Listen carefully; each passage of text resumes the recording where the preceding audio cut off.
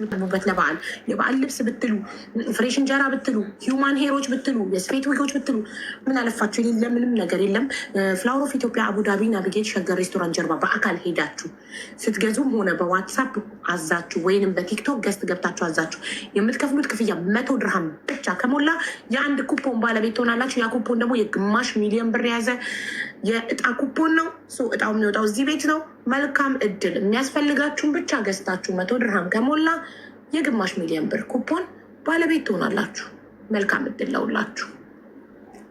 እሺ አስቴር ወይ ቆይ እሱ ያስተውቅና ወደ አስቴር እንሄዳለን። አስቴር የገንዘብ ችግር አይደለም ችግሬ ብለሽ ጽፈሻል ኮመንት ላይ አይደል?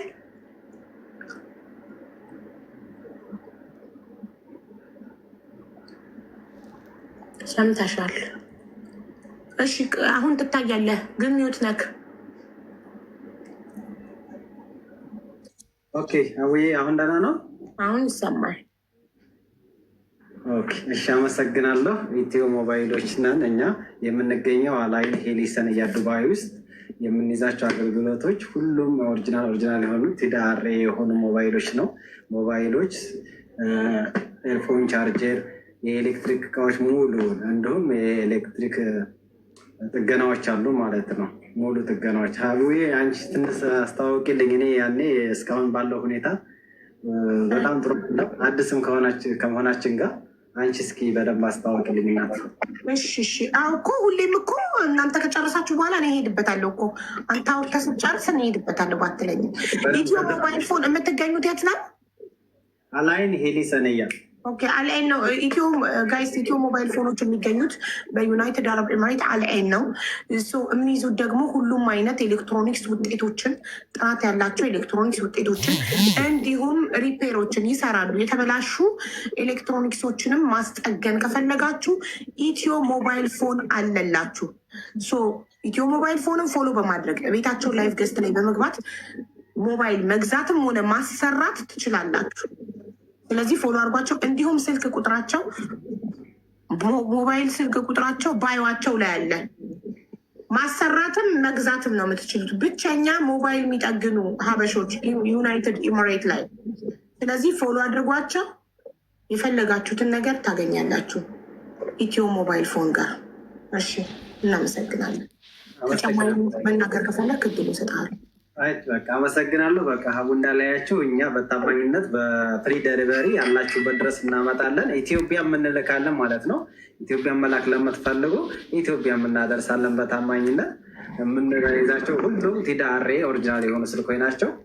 ማንኛውም ነገር ከኛ ጋር የምትወስዱ እኛ የ1 ዓመት ጋራንቲ ጋር ነው አብረን አያይዘን የምንሰጠው። እንወዳችኋለን። የሀቡ ቤተሰቦች እናመሰግናለን። ሀቡዬን በጣም አመሰግናለሁ እናት። እሺ እኛም እናመሰግናለን። ወደ አስቴር እንሄዳለን። እሺ አስቴር። አቤት። ችግሬ የገንዘብ አይደለም ብለሽ ጽፈሻል ኮመንት ላይ አይደል? አዎ የገንዘብ አይደለም። ሰላም ሰላም ነው፣ እግዚአብሔር ይመስገን። ትንሽ ከተንተባተብኩ ትንሽ ልደነገጥኩ ነው እና አይዞሽ። እህቴ በጆርዳን ያለች እና ወደ ሀገር መግባት ፈልጋ ግን ማዳሟ ማስገባት አልቻለችም። ፖሊስ ጋር አትደውልም ታዲያ? መዳም አልክም ካለቻት ጆርዳን ኤምባሲ የለም። ስለዚህ ፖሊስ ጋር ነው መደወል ያለባት። አዎ ኤምባሲ የለም። እኛ እሷን ስልክ የላትም ልጅቷ። ለአንቺ እንዴት ነገረችሽ ስልክ ከሌላት? ይህ ማዳሟ ስልክ ማዳሟ ትንሽ ትልቅ ሰው ናት እና በማዳሟ ስልክ ተደብቃ ነው ስልክ የምታወራኝ። አንዳንዴ ነው፣ አንዳንዴ ደግሞ ለምናት በእጇ ሲይዛ ስለሆነ ብዙ ማውራት አንችልም። ኦኬ ስለዚህ ወጥታ ለምን አቅራቢያ የሚገኝ ፖሊስ ጣቢያ አትሄድም? መውጣት አትችልም። እሷ ጋር ስለሆነች ሴትዮዋ መንቀሳቀስ አትችልም። ከቤት ውስጥ ነው የምትሰራው እና በመዳሟ ስልክ አንቺ ጋር ከምትደውል ለምን ፖሊስ ጋር አትደውልም? የፖሊስ ቁጥር መች ታውቃለች? 999 ነው የፖሊስ ቁጥር።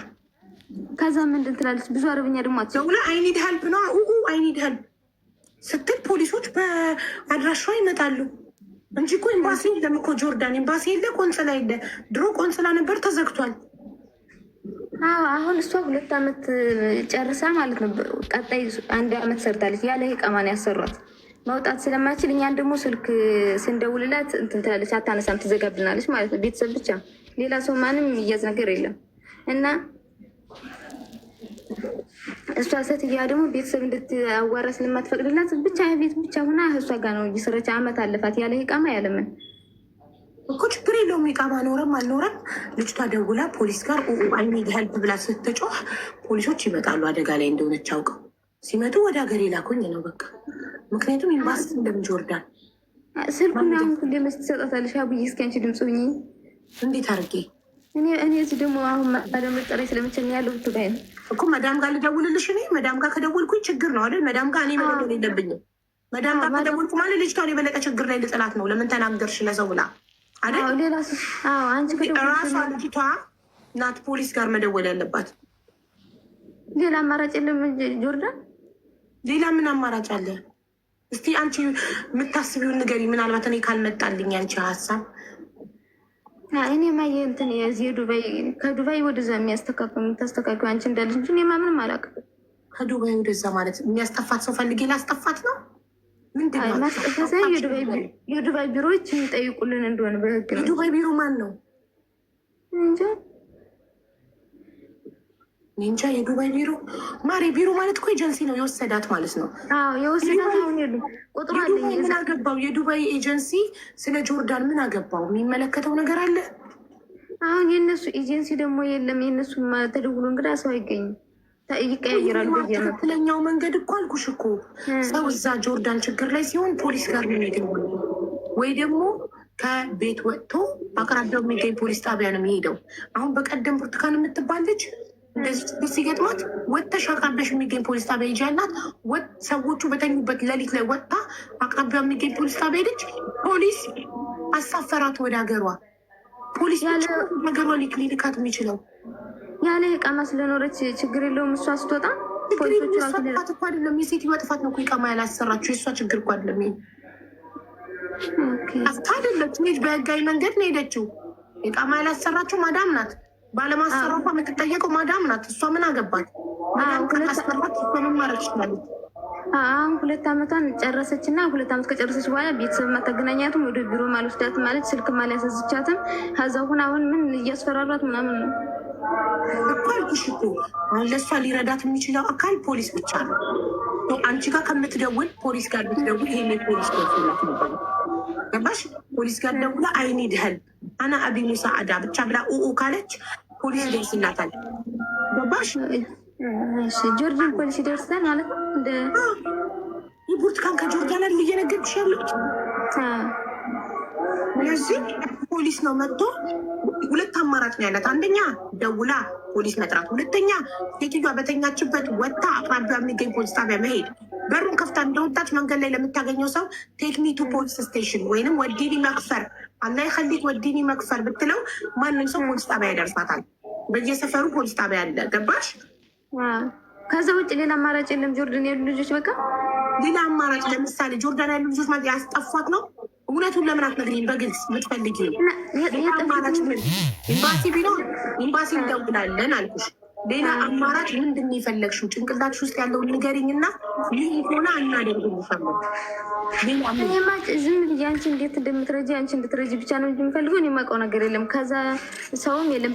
በዚህ ከቀጥታ 2 ዓመት ኮንትራት ስለሄደች 2 ዓመት ኮንትራቷን ጨረሰች። 1 ዓመት ሳትፈልግ ዝም ብላ ያዘቻት።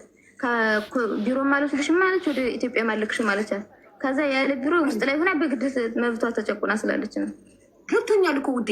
እህትሽ አልተደበደበችም፣ ጾታዊ ትንኮሳ አልተደረገባትም። ጀስት ብቻ ሴትዮ ወደ ሀገርሽ አልክም ነው ያለቻት። ደሞዟን እየከፈለቻት ነው፣ እየበላች እየጠጣች እየሰራች ነው። ግን 3 ዓመት ሰራች። ወደ ሀገሯ መሄድ ትፈልጋለች። ግን ሴትዮዋ ልትልካት ፈቃደኛ አይደለችም። አይደለ ጥያቄው? አልካትም። እዛ ውስጥም አይመቻትም እኮ አልካትም። ምናምን ልካት የሚችለው ይኸውልሽ ሊልካት የሚችለው ማን ነው? ፖሊስና ፖሊስ ብቻ። ኤምባሲ ቢኖር እኔ ኤምባሲ ደውዬ የእህትሽን ፓስፖርት እህትሽን ጓደኛሽ ፓስፖርት ኮፒያን ተቀብዬ ለኤምባሲ አስተላልፍ ኤምባሲ እንዲራዳት ማድረግ እችል ነበር። ጆርዳን ኤምባሲ የለም። ቆንጽላ ጽሕፈት ቤት ነበር፣ ከተዘጋ 1 ዓመት አልፎታል። ለዛ ጆርዳን አትሄዱ ይባላል። አይሰሙም፣ ይሄዳሉ። በእርግጥ እህትሽ የዛሬ 3 ዓመት ከሆነ ሄደችው በዛን ሰዓት ቆንጽላ ጽሕፈት ቤት ውስጥ አልተዘጋም ነበር። የዛሬ 3 ዓመት ሄደ እና ስለዚህ አሁን እሷን ሊረዳት የሚችለው ፖሊስና ፖሊስ ብቻ ነው እያልኩሽ ነው። ከፖሊስ ውጭ ሌላ ምንም አማራጭ የለም። ለምን ኤምባሲ የለም ጆርዳን። አሁን እስገብታ ገባኝ። እሺ የፖሊሱ ቁጥር ስንት ነው ያልሽኝ? 999 3 ጊዜ 9። እሺ አመሰግናለሁ። እሺ ንገሪያትና ትደውል። ከ2 አማራጭ አላት። ከፈለገች ትደውል፣ ካልፈለገች አሮጊቷ ስተኛ ጠብቃ ቆሻሻ ምጥል መስላ በር ከፍታ ወጣ አቅራቢዋ የሚገኝ ፖሊስ ጣቢያ ትሄድ። ኦኬ ኦኬ፣ አመሰግናለሁ።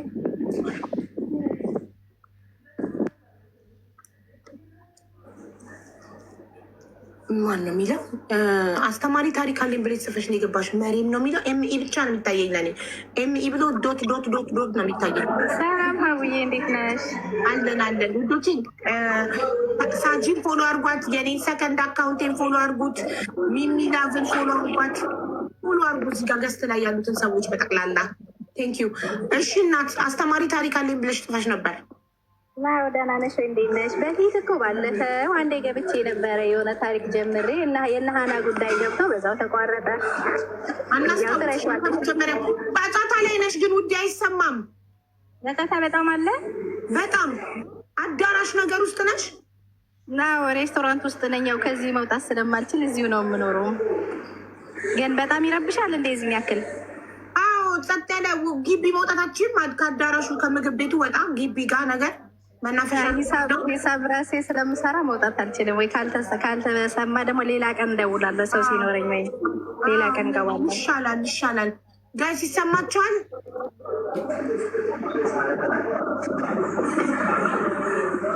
በጣም ጫጫት። እስቲ ይሰማል ካላችሁ ትቀጥላለች፣ አይሰማም ካላችሁ ሌላ ቀን እድሉ እንሰጣለን። አዎ እናንተ ከተሰማችሁ ምን አገባኝ። ይሰማል እያሉ ነው። ቀጥይ ውዴ ታሪክሽን። ያው ስሜ መዲና አህመድ እባላለሁኝ። ከወደ በደሌ ነው የተወለድኩት። በጉኖ በደሌ ዞን ነው። ያው በ16 ዓመቴ ነው ከኢትዮጵያ ወጥቼ ወደ አረብ ሀገር የገባሁት። መጀመሪያ የሄድኩት ዱባይ ነበረ።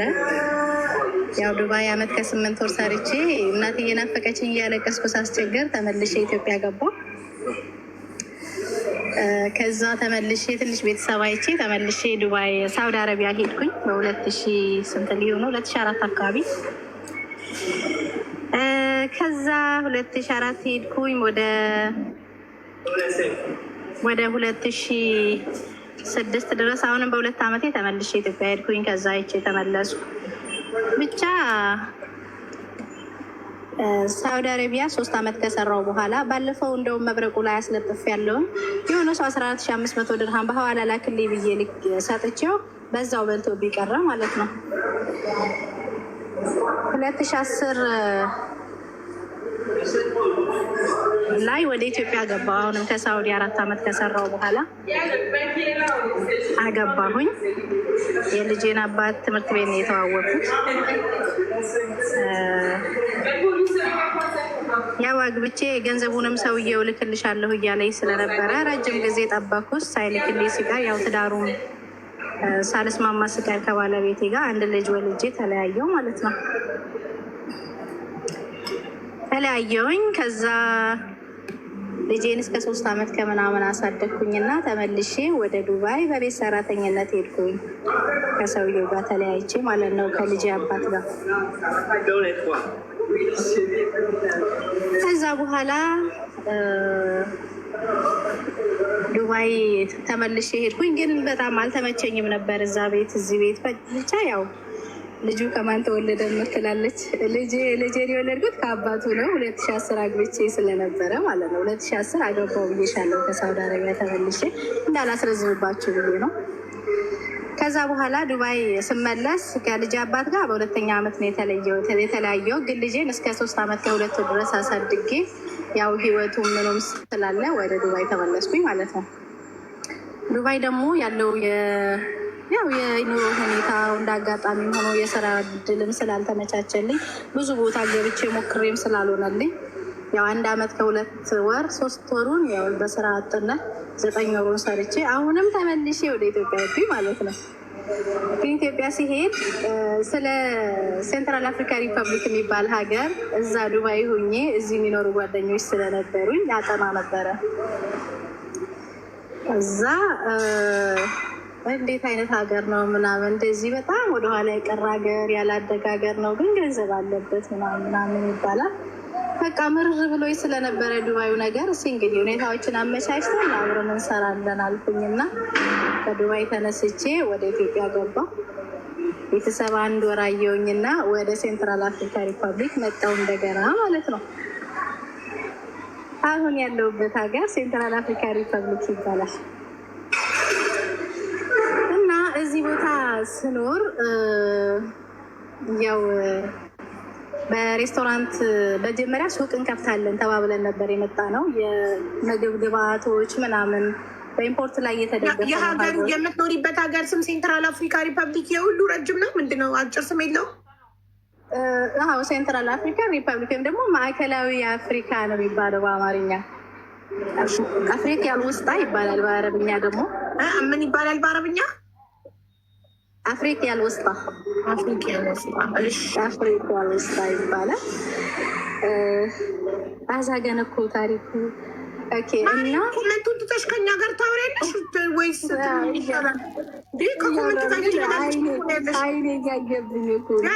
አይንሽ ወደ ግድግዳ ወደ ጣራዬ እንዴ? ውስጧ እኮ አንቺ መሰልሽ ከኮመንት እያነበሽ ስትመላለሽ ልትይ ነው። እኛ ቁጭ ብለን እየሰማንሽ ታሪኩን እያቋረጥሽ እና ከዛ እዚህ ሀገር እንዳልኩሽ የምግብ ግብአቶችን ምናምን ኢምፖርት እናደርጋለን ተባብለን መጣን። ግን ከመካከላችን አንድ የኛ ጓደኛ የሆነ ሰው በመሀል ሀሳቡን ቀየረ። ባለቤቱ ጋር ስላልተስማሙ ተመለሰ። ከዛ በኋላ ወደ ሬስቶራንት ቢዝነስ ገባን ማለት ነው። እኔና ጓደኛ የሆነን አንድ ሰውም ደግሞ ከሌላ ቦታ መጣንና ሬስቶራንት ቢዝነስ ጀመርን። እዛ እየሄደ እያለ በ5ኛ ወር ሳይሆን ቀረ ብለው ሁለቱ አሁንም አልተመቸንም ብለው ለቀውት ሄዱ ማለት ነው ቢዝነሱን። ከዛ ሁለት ወንድሜንም እህቴንም አመጣሁኝ እኔ ወደዚህ ሀገር እየኖርኩኝ እያለ ብቻ በመጣሁኝ በአመቴ አካባቢ አንድ ሰው ይመጣል ወደዚህ ሀገር ማለት ነው። ኢትዮጵያዊ ነው። ጀስት የኮንስትራክሽን ባለሙያ ነኝ እገሌ ይባላለው። ሳውዝ ሱዳን የሚባል ሀገር እሰራ ነበረ።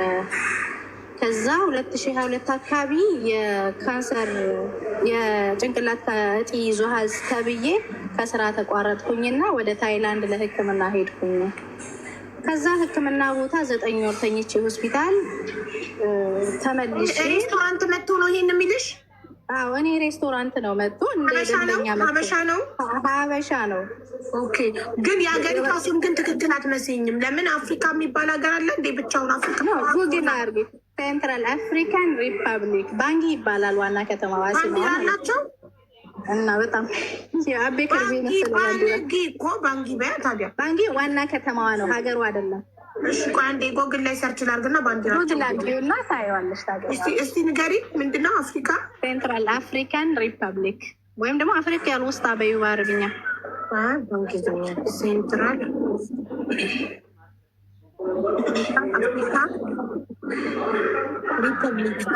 ሪፐብሊክ። ይሄ ነው ባንዲራቸው። የስ እሱ ነው ሴንትራል አፍሪካ ሪፐብሊክ። ርዝመቱ እንደዚህ አይነት ሀገር ሰምቻለሁ።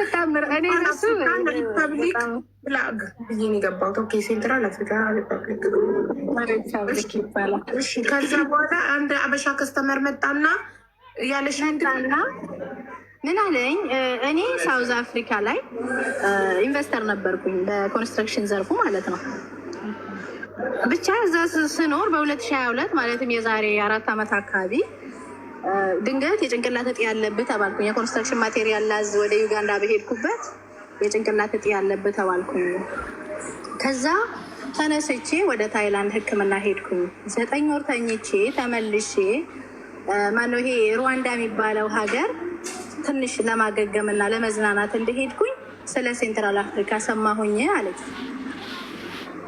ምን ከዛ ስለው እና ሴንትራል አፍሪካ ማለት ልክ ሳውት ሱዳን እሱ ካምፓኒ እና የኮንስትራክሽን ካምፓኒ ያለብኝ የሚልበት ሀገር ሳውት ሱዳን የዛሬ 15 ዓመት የነበረችበት ጊዜ ላይ የነበረ ሀገር ነው ሴንትራል አፍሪካ ሪፐብሊክ ሲባል ሰምቼ ብድግ ብዬ መጣሁ አለ ማለት ነው። እና ሀገሩ እንዴት ነው ምናምን ብሎ ጠየቀኝ።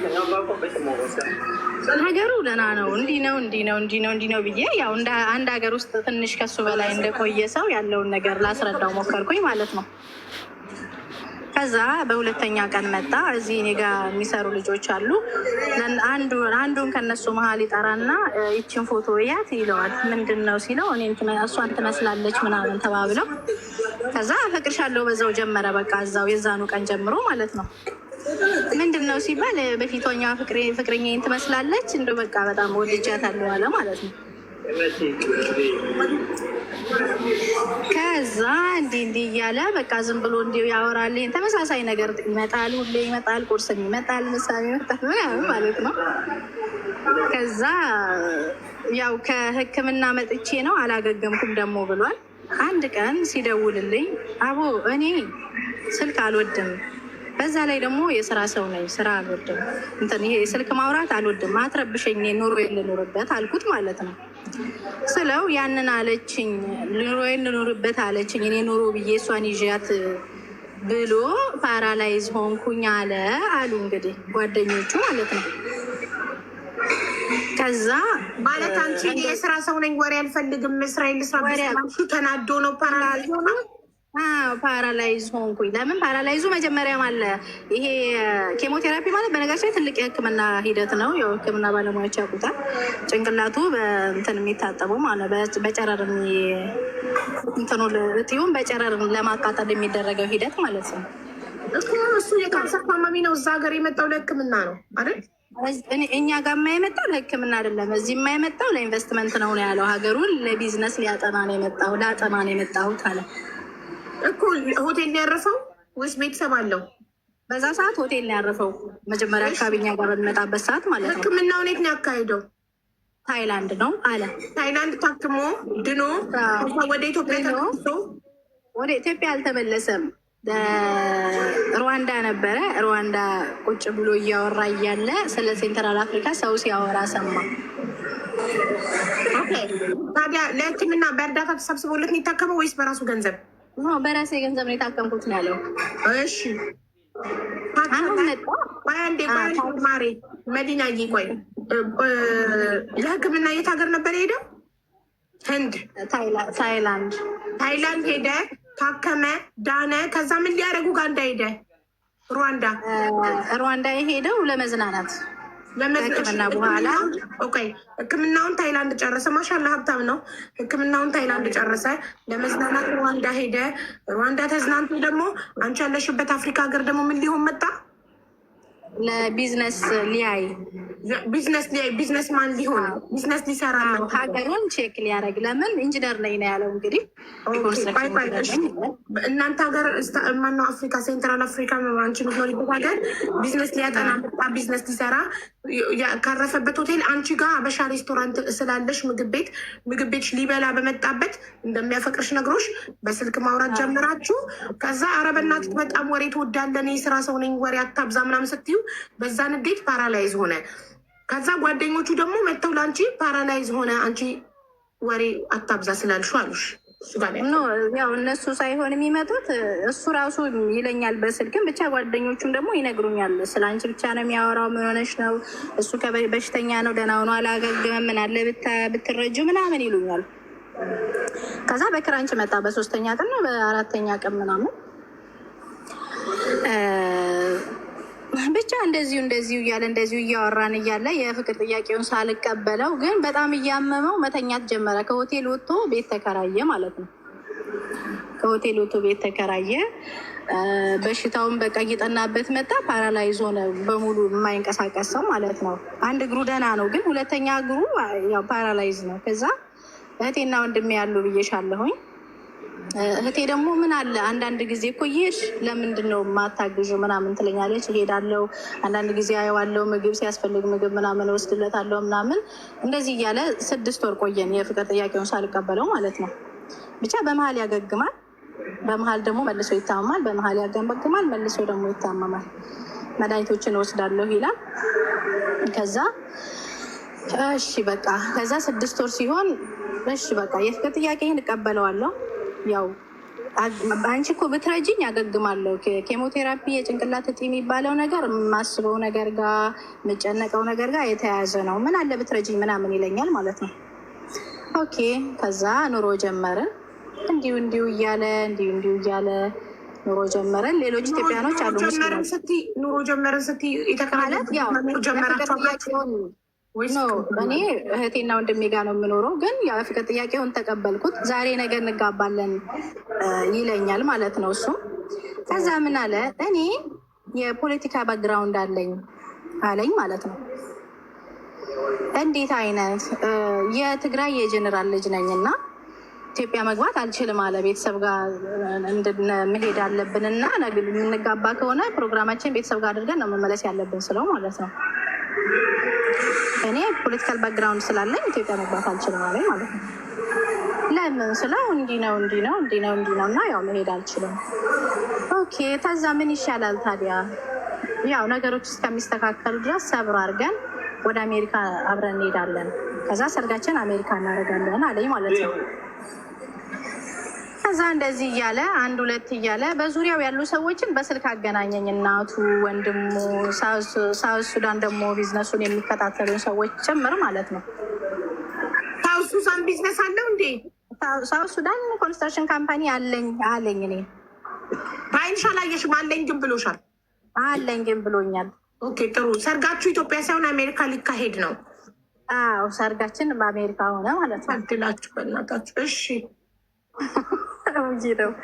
እሺ ከዛ እንደዚህ እያለኝ እያለ እናቱ በጎን ታወራኛለች። ወንድም ነኝ ብሎ እንትና ያወራኛል ምናምን በዚህ ቀን መድኃኒት አለው ምናምን ብቻ በብዙ በኩል ሰዎች ጋር አወራለሁኝ። እሱን የሚመለከቱ ሰዎች ጋር ማለት ነው። ቢዝነስ ግሩፖች ተባሉ ገባሁኝና እንደዚህ በዚህ ሰዓት ሲሚንቶ አልቋል ይሉኛል። በዚህ ሰዓት የሰራተኞች ደሞዝ ይሄን ያህል ስለጎደለ ላኪልን ይሉኛል። ከዛ እሱ ደግሞ ስለሚጨነቅ እባክሽ እንዳትነግሪው ይሉኛል አንዳንዴ ማለት ነው። $800 ላኪልን ግን ስለሚጨንቀው እባክሽ ወንድሜን አትንገሪው እኔ መልስልሻለሁ ምናምን ይሉኛል ማለት ነው። ኦኬ ብቻ እኔ ስዊዳን ሌላው ነገር ወደኋላ ቀሪ ነው። ያን $800 ልክላቸዋለሁ። እንደዚህ በቃ የሆነ ነገር ብቻ ብዙ የተከበበ ዙሪያ አጥር የሆነ ነገር ውስጥ ገባሁኝ ማለት ነው። እንደዚህ እያለ ከተዋወቅን ሌሎች ኢትዮጵያኖች አሉ እዚህ የሚኖሩ ሙስሊሞች ናቸው። በረመዳን ኢፍጣር እኔ ጋ ነው እና እዚህ ነው የምናፈጥረው። ሬስቶራንትም ስለሆነ ይመቻል። የባለፈው የአመቱ ረመዳን ማለት ነው። እናንተ ልጆች ሙስሊሞች ናችሁ፣ ለምንድን ነው ትዳራችሁ ወደኋላ የምታረጉት? ለምንድን ነው ኒካችሁ ወደኋላ የምታረጉት? ተጋቡና አስደስቱን እኛም ሰርግ እንብላ ሲሉ እናቴ እዚህ ሀገር መምጣት አለባት አለሽ። አሜሪካኑ አሁን ከዛሬ ነገ እየተባለ የአሜሪካ ፕሮሰስ እያለቀልን አይደለም። የእሷ መዲና አህመድ ስለሚል ስሟ የሙስሊም ስም ስለተሸከመ በቃ ፕሮሰሱ እያለቀልኝ አይደለም። እናቴ ወደዚህ ሀገር እንድትመጣና እዚህ እሷ ከመጣች በኋላ ነው ኒካ ማሰር የምችለው። እኔ ከሞት ተርፌ እናቴ በሌለችበት ማግባት አልፈልግም አለ ማለት ነው።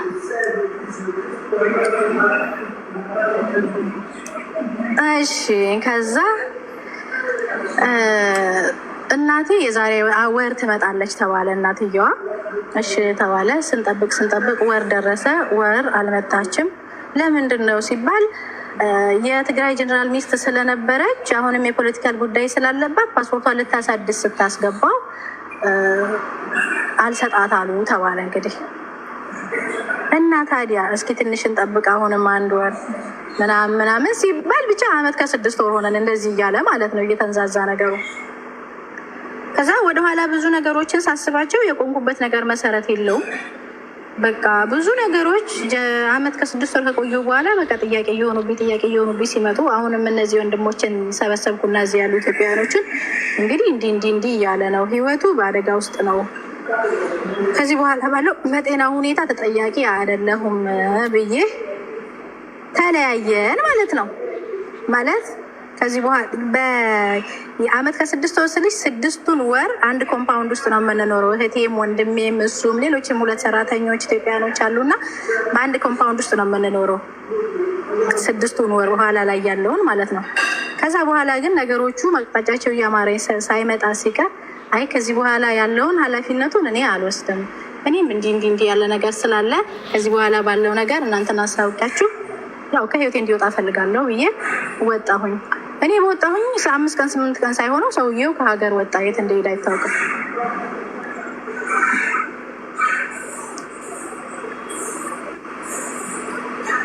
ስንት ብር ተበላሽ። ግን $800 ውጭ ብር ስጠሪ አልሰማሁም። አይ ብሩ በጣም ብዙ ገንዘብ ነው እንትን የገባብኝ በእንትንም እያለ ማለት ነው። ብቻ ግን ከዛ በኋላ ቶታል መቼም በጣም ሀብታም ሆነሽ ብርሽን መደመር እስከሚያቀጥሽ አልደረሽም። በስደት ላይ ሬስቶራንት አለሽ እንጂ ይናል ሚሊዮነር አይደለሽም። ስለዚህ ስንት ብር እንደበላሽ አታውቂም። ስንት ብር? አይ የብር አማውንቱ መናገር ስለማልፈልግ ነው፣ ምንም ስለማይጠቅመኝ። ታውቂዋለሽ? አንቺ አውቀዋለሁ፣ ግን ያው ምንም ስለማይጠቅመኝ እዚህ ጋር ባወራው ምንም ጥቅም የለውም። እንደዛ ሆነ። እኔም አልሐምዱሊላህ አሁንም አለሁኝ እልሻለሁ። ቁጭ ብያለሁ። ሬስቶራንቴ ደህና እየሄደ ነው። ይሄው ነው። በእውነት በጣም ትልቅ ድራማን የሰራብሽ ሰውየው እና ስደት ላይ ስንገናኝ ባጭሩ አስተማሪ ላይሆን ይችላል፣ ግን አስተማሪ ሊሆን ይችላል። እዝነት ብቻ መዲና፣ ከዚህ በላይ አስተማሪ ምን አለ ማሪ? ሴቶቹ ተምረው ወንድ ልጅ ምንም ቢላቸው ፓራላይዝ ሆንኩ ባንቺ ፍቅር ስትሮክ መታኝ እንትን ሆንኩኝ ቢላቸው እንዳያምኑ መማሪያ ነው። እኔ ገና መጀመሪያ እኔ የስራ ሰው ነኝ። እንግዲህ የሬስቶራንት ባለቤት ለመሆን በጣም ጠንካራ መሆን ያስፈልጋል። ሩጫ ነው። በተለይ እዚህ ሀገር ሀቡዬ የሌባ ሀገር ነው። በጣም ሌባ አለ ወላሂ። 24 ሰዓት አይኔን ከፍቼ ሽንኩርትና ቲማቲም ቆጥሬ ነው በቀን። ኬክ ቤትም ዳቦ ቤት ኬክ ቤት በሙሉ ነው ያለው እና ሙሉ ነገሮቹ ቁጥጥር በጣም 24 ሰዓት መቆም አለብሽ። ታዲያ ይህን ሁሉ ድካም 24 ሰዓት ሰርተሽ የምተኛትን ሰዓት በዛ ላይ እሱ ልብሽን እየጠባ በስልክ በእናትህ እኔ የስራ ሰው ነኝ ወሬ አታውራልኝ በቃ እኔ ፓራላይዝ ከሆነ ከባድ ነው በጣም። እኔ ገና ፓራላይዝ ነኝ ሲል እኔ ከህይወት ያወጣው ነበር። ገባሽ? ፓራላይዝ ሆንኩኝ በአንቺ ፍቅር፣ አንቺ ስላላወራሽኝ ፓራላይዝ ሆንኩኝ ሲለኝ ጥርቅም ነበር ማድረገው ከህይወት። በዛ ጊዜ ሲጀመር ህይወቴ ውስጥ አልነበረም እኮ እኔ እሺ ባላልኩትም ፍቅረኛዬም አይደለም በዛ ሰዓት። እኔ ግን አገባቢ ላይ ይሄ ኬሞቴራፒ የሚባል ነገር በትሪትመንትና ሰዎች ትኩረት ሲሰጡት ይድናል ስለተባለ ምን አለ በህይወቴ አንድ ሰው በእኔ ምክንያት ድኖ ከዛ በኋላ ደግሞ ህይወትሽ ላይ አንድ እኔ ሪሃብሊቴሽን ሴንተር የተመሰረተ ፋውንዴሽን በአንቺ ምክንያት አንድ ሰው የሚድነው አንቺ ሪሃብሊቴሽን ሴንተር ነሽ። ይኸው ሪሃብሊቴሽን ሴንተር ደግ ሰው የሚባል እዛ ትልኪው ነበረ ሰው ሀገር እንዴ። አንቺ ነርስ ነሽ፣ አንቺ ዶክተር ነሽ። የታመመ ዶክተር ጋር ሂድ። እኔ ዶክተር አይደለሁም የእሱን እንትን እማድ ነው እሱ የአሁኗ መዲና እንደዛ ነኝ። አሁን የአሁኗ መዲና የታመመ ሰው ይመጣባት እኔ ዶክተር አይደለሁም እንደምን እርግጠኛ ነኝ። ያኔ ግን ይቻል ነበርኩም። ይገርምሻል። እኔ አሞኛል ካልሽኝ ርቦኛል ካልሽኝ ርቦኛል ነው ምንም ማለት